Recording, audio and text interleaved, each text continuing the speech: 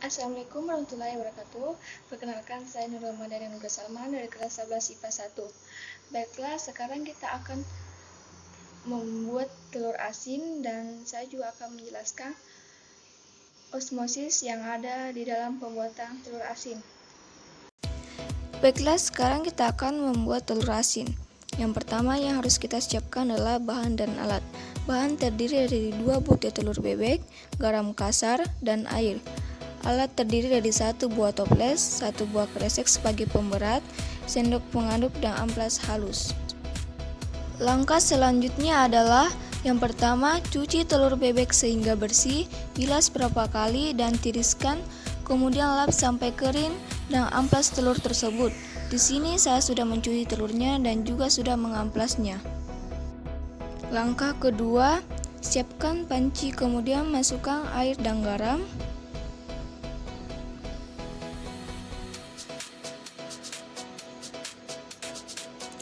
Aduk-aduk hingga garam larut dan air mendidih.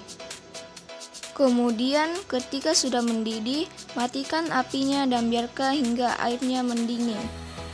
Baiklah, yang ketiga, susun telur dalam toples, kemudian masukkan larutan garam yang tadi sudah didinginkan. Kemudian pastikan semua permukaan telur terendam dalam larutan air garam dengan meletakkan pemberat di atas mukanya. Gunakan kresek yang diisi dengan air sebagai pemberat dan tutup rapat toplesnya. Baiklah, saya akan menjelaskan tentang osmosis yang ada di dalam pembuatan telur asin.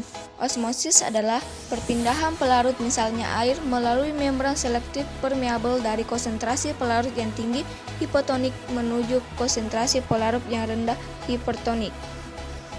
Telur yang direndam dalam media garam akan mengalami osmosis, yaitu proses perpindahan molekul saat terlarut dari konsentrasi rendah hipotonik ke konsentrasi lebih tinggi hipertonik, sehingga telur menjadi asin.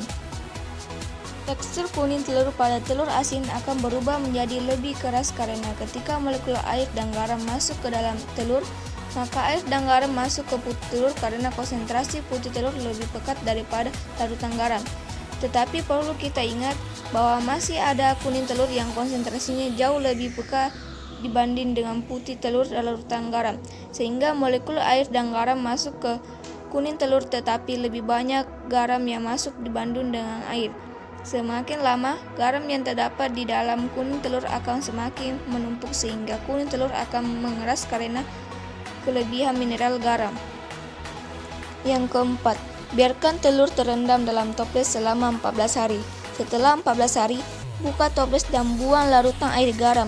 Kemudian rebus telur yang telah direndam selama 15 menit dan nikmatilah telur asin tersebut.